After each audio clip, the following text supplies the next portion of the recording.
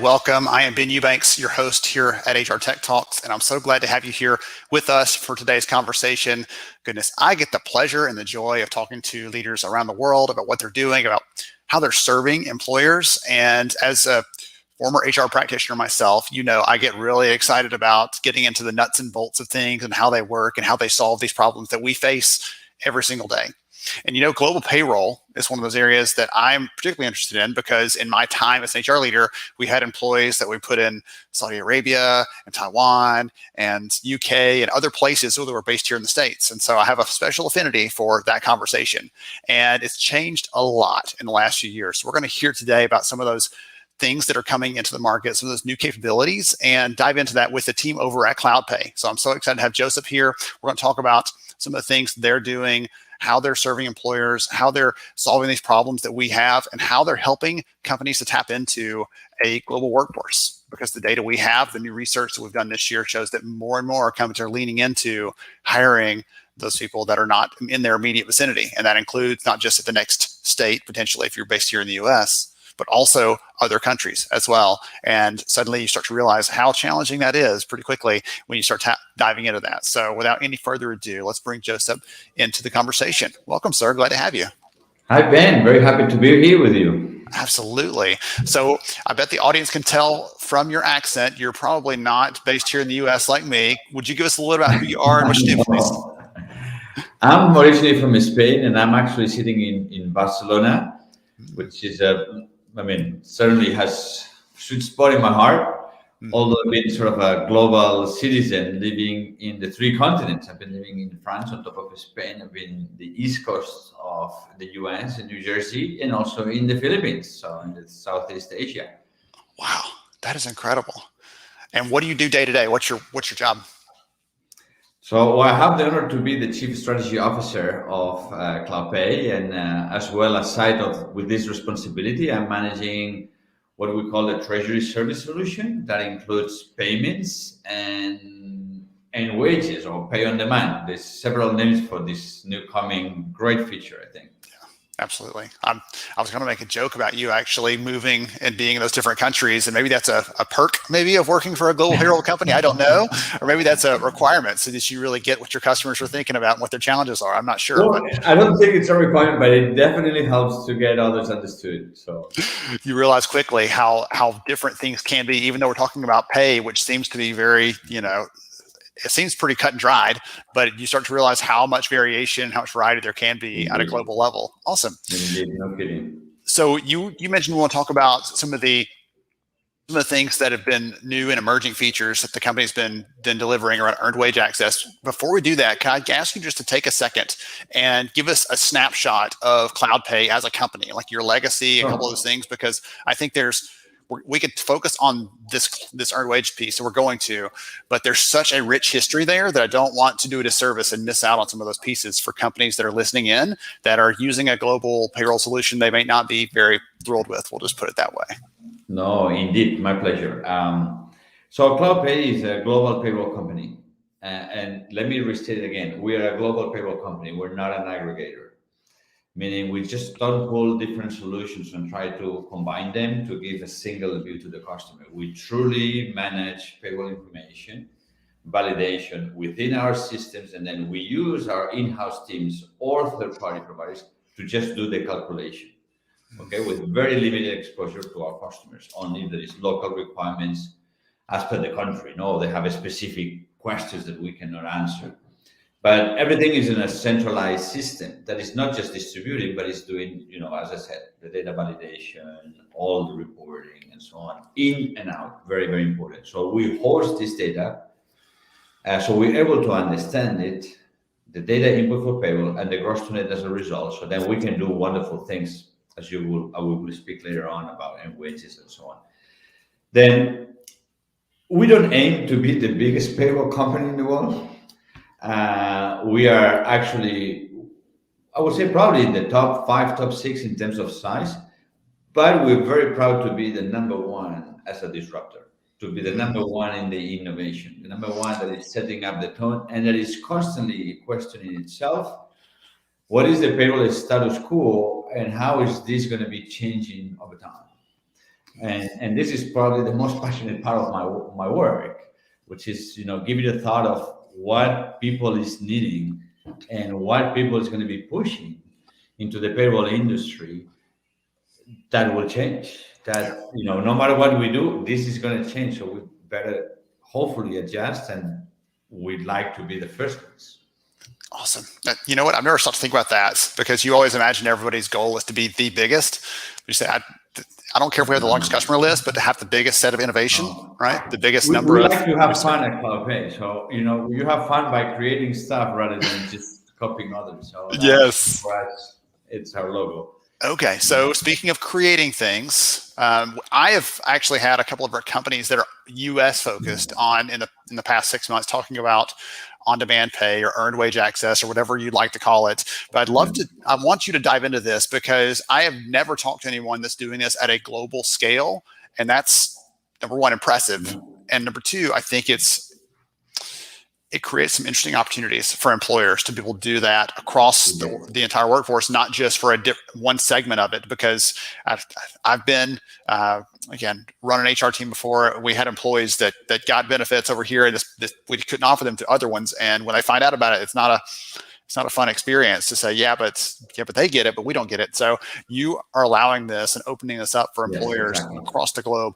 Talk about what it is, what it does, some of those kind of things. Yeah, let me maybe start clarifying some of the nomenclature that is being used, because there might be a lot of confusion around it. So there is a name that is pay on demand that is being used, and this refers erroneously sometimes to earned wages, because there might be digital lenders behind the scenes basically borrowing money to people. So it's sort of a digital payday loan. Might be even cheaper than the traditional payday loan, but that's what is being called pay on demand. So be careful with this.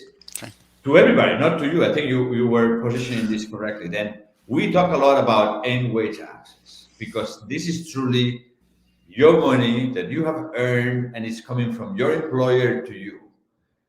So it is not that I'm borrowing money to you and then I'm rescuing this out of your pay when your salary is being paid. This is truly your money coming from employer's bank account going to you. That's the definition of what is earned wage access. And this is very important, because this is I would say a service that is becoming regulated, that the FCPA already has set some guidance about how this can be regulated.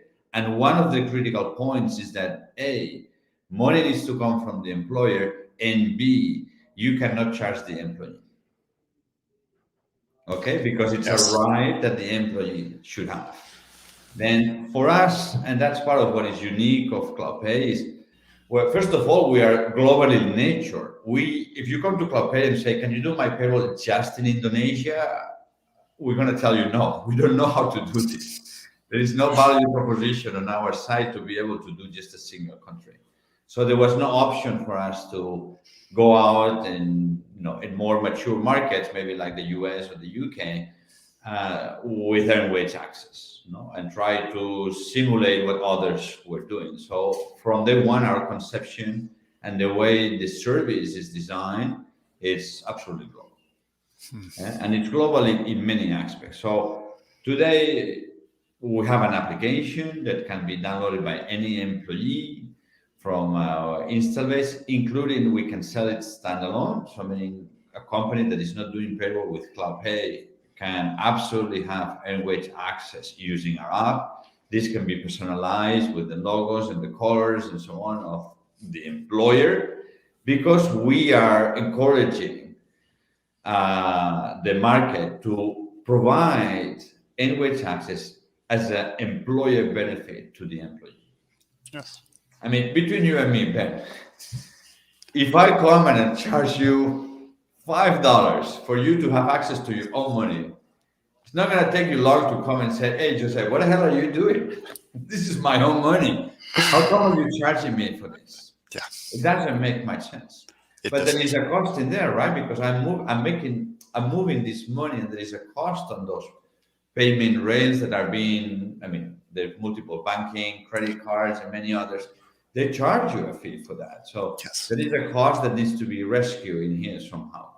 But is it fair to put it on the employee? I don't think so. I think it's sort of, sorry for my friends, sort of stupid somehow.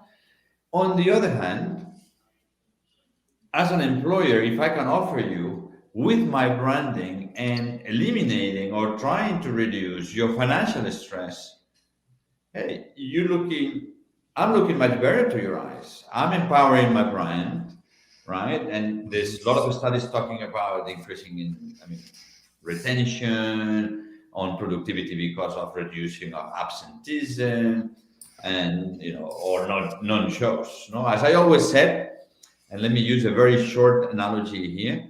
Uh, our first customer is a retail business, and they have a store. Or have multiple, they have thousands of stores around the world, so you can imagine. But imagine this particular scenario. There's a doesn't matter the gender here. It's a lady or a gentleman that they open the store on a Saturday morning, but the previous Thursday, by the end of the month, they go pick up the kids' school and he broke two teeth. Obviously, when you broke two teeth, you look awful, first of all, and it might be even painful. So, as a good parent, you'll probably go to the dentist. And I have nothing against dentists, but there's two facts of dentists. One is it's painful to go because it's expensive, and Yes. the other one is because you always suffer, no Yes. matter what. Gentle, they're very gentle, but I know they try hard. But at least this is my experience with them. Well, if I need to pay $800 to fix those two teeth, I don't have them. It gets here in my mind. Mm-hmm. It will not go away, because first of all, I don't want my kid to look with two broken teeth, right? It doesn't look right. I feel frustrated because I cannot do the right thing or what I wanted to do because I'm limited to wait to get my salary paid. So on that Saturday, when I go to the store and there is a lady coming in to try to buy a dress, my chances to sell that dress are below zero, because my mind is not thinking on the customer that just walk in and how might I help, what color, what's the shape, and so on. My head is, how do I get the money? Should I call my sister? Should I call my brother? Should I call my mom? Should I get a paid-in loan? Or so Yeah. the impact that something like this as a benefit can have on employees, I think I'm 100% convinced is huge. Or think about security, right? I'm working in a manufacturing. How many less incidents I can have by people having peace of mind? Or I mean, Yes. there's many applications. So what we are seeing already from the early adopters is, I mean, I will never forget probably one of the first messages we get on the application, which allows you for real-time chat with the user, so we can support them on any of the transactions that they do. Obviously they were thinking we were the company, because we are answering on behalf of the employer. And, it was something beautiful saying, I cannot give enough thanks God for the day that brought me to this company. I love you more and more, and this is great. And I was like, this is what we want, right? This is fulfilling our objective. This is, getting a wow from your employees to the company. And now, I mean, we can talk later about it, but we try to do this obviously without adding any hassle to the payroll teams or the admin teams around HR. So that it's fully something that you can deploy as fast and as much as you want. I love that story and the example there. That's probably very uncommon for anyone in the HR tech space to get some sort of feedback like that. So that's not usual in payroll. I need to say, I've been 20 any years in space, payroll. but especially payroll, right? One of the things I want to ask you about is I wrote a piece recently, and you're coming on retail. Maybe think about this, about all those workers who are working in fields that are not very flexible, right? They have to be at a work site. They have to be at a job site. They can't work from home. That's not an option for them. And so companies think, well, we have no workplace flexibility things we can offer them. And I'm thinking about this through the lens of that flexibility piece, right? To say, hey, you can't work from home. No, but how about you can access your earned wages when you need them, right? We can be flexible around that. And I don't know what your take is on that, but I'm thinking about different ways we can serve those employees that, again, they're kind of left out in the cold when it comes to the flexibility piece of things. And that gives us a flexible option to give them. And then I would argue it probably means more to that employee who's working in one of those jobs where they have to be at a physical place, because the income they're earning in general doesn't match up with someone who is in a white collar role or someone who is in a role that can work remotely. What are your thoughts on that? Well, there is a myth in there that I'll try to hopefully change a little bit the perspective of the audience. No, so first of all, over 70% of the world working population, which is 3.2 billion people. Okay, so it's a scary number. Yes. They recognize to have financial stress. Okay, so this is not a problem of a few people. This is a very large problem. Then, what if I tell you that in the US, which is where the study was conducted, over 33% of them are earning more than 100K a year.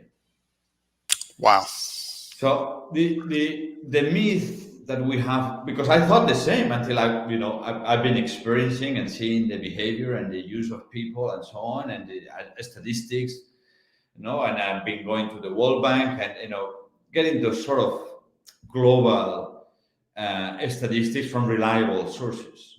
And the problem that the world is facing today on the capitalism that we live in the vast majority of the globe, is that we're all driven to consume and to consume now. Meaning, in my generation, if I might say, we are happy thinking that we are saving for a dream. So let's imagine I want to buy a bike, right? So the fact that I'm 6 months away to buy the bike and that I'm saving every month, it's keeping me happy. It is part of the journey we are enjoying. On newer generations is, I want the bike and I want it now. That's why they consume much more credit, and there's much more credit predators than they used to be before. That's why all those digital lendings and ways to get money super fast are growing so much, or the buy now, pay later business is also booming like crazy, because people, it's happy when they can perform things now. Then I might understand from my colleagues on HR that they will say, well, I don't want to incentivize this. It's a very, how I would say, it's a very fair question to ask yourself. But as I'm telling them is, well, you can help to educate, but you cannot decide on their behalf. Yes. Right? Where is the border on I do control and I define what are you able or not to do versus your freedom? Then in the opposite side, how can I influence this freedom to probably have a much better behavior? And this is why we'll have a well-being section also as well, as part of the service and in the application that provides advice and support to users to be better consumers, if I might say, of the capitalism. Then the problem of the world that we were talking about, sorry, I just get a little bit of a deviation here, but let me go back, is people doesn't have money when they need it. Not that they don't have enough money. There is a brutal statistic that says, again, those are averages, so it might not apply specifically to you. But we're talking about the vast majority in this world is that on your 6th day after you've been paid, you have spent more than 70% of your income because of you paying a loan, you're paying an insurance, you're paying, all those bills are waiting for you. The telco, the internet, the mobile phone, all those are waiting, to go right away next day you've been paid, right? So they get away a lot of your money. Then you normally do it's when you feel you have the money, you go to the grocery store, do the kind of the big buyout for a couple of weeks or for even the month of those things that are not perishable. Maybe some clothes, you go out for dinner, you don't go out for dinner when your bank account you're showing a balance of $100. But if it shows a balance of $800, you go out for dinner. So this is sort of what is happening. So the problem is not about amounts. The problem is about timing. Then, as a company, when you can go out there anywhere in the world and you can say, I can offer you a way to better manage your finance, to don't get into credits on your credit card or payday loans or any other sort of things,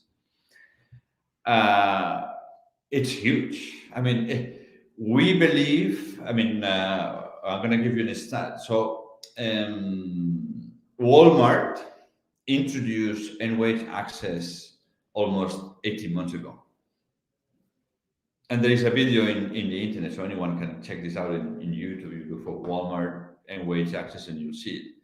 6 months later, it was the third most demanded benefit for the entire company. Right after pension and healthcare. So we're not talking about a minor thing. We're talking of something that has a huge impact in the organization. On our side, someone that is on pay on demand, the success rate is sort of 20%, right? 20% of the population will enroll and use it. You know, our first month with our first customer, we already reached out over 40% of adoption, although we still have 5 more campaigns to go to explain to employees and to make them aware and so on. So, you know, it's not something minor what we're talking in here. And I definitely encourage everybody to explore, happy to connect and to talk. I mean, even it's beyond trying to do business just for education purpose, but HR has one great tool, one great opportunity to make a huge strategic impact in any business, which is not something that you have every day. No? Normally people look at sales, marketing, branding, process improvements. You know, that's where those are the things that are highlighting the biggest in the P&L of the company. Yes. Wow, goodness. I've got some good notes and things over here from today's conversation. I appreciated your gentle correction too, by the way, when I'm carrying on a misconception, right? And you helped me steer us back in the right direction. But this has been a lot of fun to learn about some of the, not just some of the data behind it, but some of the impacts that it can have as well. If someone wants to connect with CloudPay, learn more about what you and the team are up to, what's the best way to do that?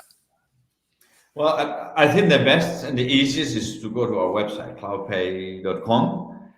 Definitely, we have a lot of stuff explained. There is much more behind the scenes. We haven't talked a lot of the hows, right? But this is detached from payroll, and we explain that there, how the payments are being happening and how efficient are we making those payments so are cheaper of what you're doing today, hopefully, which is what we aim to as well. So there is much more in there, and then definitely, if they can contact us through the website as well, and I'll be very happy to talk to anyone. I mean, definitely, as you can see, I'm quite passionate about the topic. I think this is helping to improve people's life, which is what matters, and so we'll do everything to help out the cause. Wonderful. Awesome. Well, thank you again for joining us and for sharing that passion with us. I definitely appreciate it very much. Ben, it's been a great conversation. Thank you very much for the opportunity. Yes, sir. All right. To everybody else, I hope you enjoyed the conversation today. Clearly some passion there and lots of opportunity for us as employers to serve our people better. Right? At the end of the day, that's where I lean, is how can we make sure the tools we're offering, the things we have, are actually solving a real problem they have. And you heard with some of the examples there, the Walmart story, some of the other examples and stats, that this is a real opportunity for us to impact and serve our people better. So I hope you enjoyed today's episode. Join us again next week when you're going to hear another great conversation with another leader in the space about how they're serving employers and recruiting and HR and learning and solving those real problems that all of us are trying to tackle every single day. Thank you to all of you for joining us. I appreciate you, and I'll catch you next time.